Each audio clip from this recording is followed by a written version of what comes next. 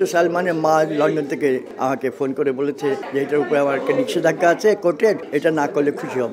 চলচ্চিত্র এখন মৃত পায়, চলচ্চিত্রকে আবার জাগাতে হবে, চলচ্চিত্রকে আবার আগের মহিমায় নিয়ে আসতে হবে। চলচ্চিত্রের প্রযোজকরা বলে টাকা দেবো, কিন্তু টাকাটা উঠাবো কী করে? কিছুদিন আগে একটা ছবি রিলিজ করলাম, আহারে জীবন, একটা মানবিক ছবি। আমি এই বয়সে কারোর সাথে ঝগড়া করতে চাই না, তাই তাকে খুশি করার জন্য আমি ছবিটা অফ করে রেখেছি। হাবিব খান আজকে তার জন্মদিন উপলক্ষে আমরা সবাই এসেছি, এবং সে একজন চলচ্চিত্রের কিংবদন্তি বলা যায়। সে চলচ্চিত্রকে সে প্রথম থেকে 1972 সাল থেকে, যখন আমি সরকারি চাকরি করি ইঞ্জিনিয়ার ঠাকুরগাঁয়, তখন থেকে আমাকে নিয়ে এসে এখানে চলচ্চিত্রে ঋতিক কুমার ঘটকের সাথে আমাকে সহকারী পরিচালক করে দেয়, এবং তারপর আমি চাকরি ছেড়ে সত্যিকারভাবে চলচ্চিত্রে চলে আসি। এবং আজ এই 53 বছর ধরে আমরা চলচ্চিত্রে আছি একসাথে, এবং এই জন্য খুব আনন্দ যে এই চলচ্চিত্রে একজন লোককে যদি কেউ স্বীকৃতি দেয়, আমরা দেখেছি খুব ভালো লাগে। কারণ চলচ্চিত্র এখন মৃত পায়, চলচ্চিত্রকে আবার জাগাতে হবে, চলচ্চিত্রকে আবার আগের মহিমায় নিয়ে আসতে হবে। আগে যেমন চলচ্চিত্র খুব বেশি হতো, চলচ্চিত্রের একটা জাগরণ ছিল, চলচ্চিত্রের দর্শক ছিল, চলচ্চিত্রের একটা মহিমা ছিল, সেগুলো আবার যেন ফিরে আসে। এইসব আয়োজন করলে আমার মনে হয় দর্শক মনে আবার চলচ্চিত্রের সম্বন্ধে একটা রেখাপাত আসবে, একটা অনুপ্রেরণা জাগবে, চলচ্চিত্র দেখার একটা ইচ্ছে জাগবে। এবং এইসব ভালো ভালো চলচ্চিত্র যদি আবার আসে, আমার মনে হয় চলচ্চিত্রের যে দর্শক খোরা আছে বলি আমরা, যে দর্শক খোরাটা ঘুরে যাবে।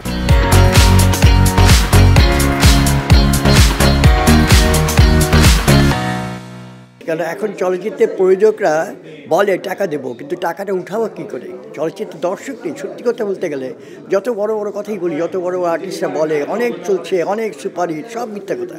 কারণ চলচ্চিত্র দর্শকই নেই। সেই কোনো হলে যাও, গিয়ে দেখো, দর্শক দেখতে যায় না। দর্শককে চলচ্চিত্র আনার জন্য সেরকম চলচ্চিত্র করতে হবে। এখন কঠিন চলচ্চিত্র দিয়ে দর্শক চলে না। চলচ্চিত্রকে দর্শক বোঝার মতো, যেমন মনপুরা ছবি, যেমন পরাণ ছবি, যেমন হাওয়া ছবি, এরকম কমার্শিয়াল ছবি দিয়ে দিয়ে দর্শককে হলে আনতে হবে। দর্শককে হলে আনার পরে ভালো ছবি করলে দর্শক চলবে। হল তো অনেকভাবে করে গেছে, হল চলে গেছে কারণ হলেকে খাদ্য নেই। তুমি যদি খাওয়া না থাকে তুমি থাকবে কী করে? তুই তো বাঁচবে না। হলের যে খাদ্যটা, যে ছবি, যে আসল জিনিস, সেই ছবিটাই হলের জন্য যায় না। তো হলে যদি ছবি না থাকে ভালো, তো ছবি হল চলবে কী করে? এবং ছবি তা দেখতে পেয়ে দর্শকও মরছে। আমরা চাচ্ছি একটা ভালো কমার্শিয়াল ছবি হোক, যাতে বাণিজ্যিক ছবি, যেটা মানুষ দেখতে চায়। আর মানুষ দেখতে গেলে মানুষের একটা জোয়ার আসবে, এবং সেই জোয়ারের ছবি আবার সে আগের মহিমায় ফিরে আসবে। ছবির মূল ধারণা হচ্ছে বাণিজ্যিক ছবি। কারণ ছবির প্রডিউসার যদি না বাঁচে, কতদিন নিজের টাকা দিয়ে মানুষের আসে ছবি করবে? ছবি বাঁচতে হবে, ছবিকে শৈল্পিক হতে হবে, ছবি সুন্দর হবে, এবং ছবি বাণিজ্যিকভাবে মানুষকে, জনগণকে, ছবিকে বলা হয় বৃহৎ গণমাধ্যম। তো বৃহৎ গণগোষ্ঠী যদি ছবি না দেখে, সে ছবি না। তো ছবিকে বৃহৎ গণগোষ্ঠীকে ধরতে হলে বাণিজ্যিক ধারাকে অবশ্যই ধরতে হবে।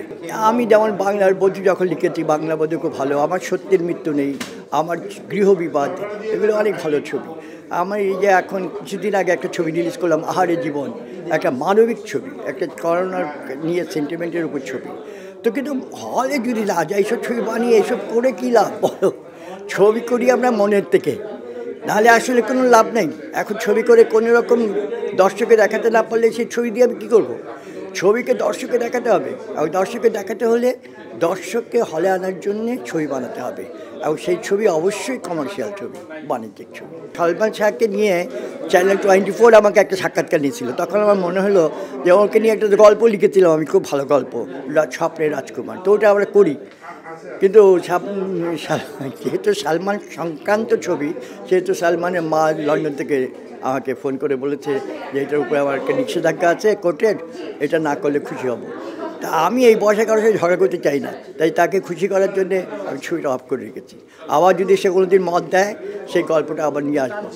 যে আটকে রেখে কী লাভ? মানুষকে বাধা দিয়ে করে লাভ নেই, আটকে রেখে সেন্সার করে লাভ নেই। ছেড়ে দাও, মানুষ ছবি দেখতে থাকুক, মানুষের জীবন জানতে থাকুক, মানুষের ভালো মন্দ। আরে যে কাঠুরিয়া ছিল আমেরিকার প্রেসিডেন্ট আব্রাহাম লিঙ্কন, সেটাও মানুষকে জানাচ্ছে, লুকাচ্ছে না কিছু।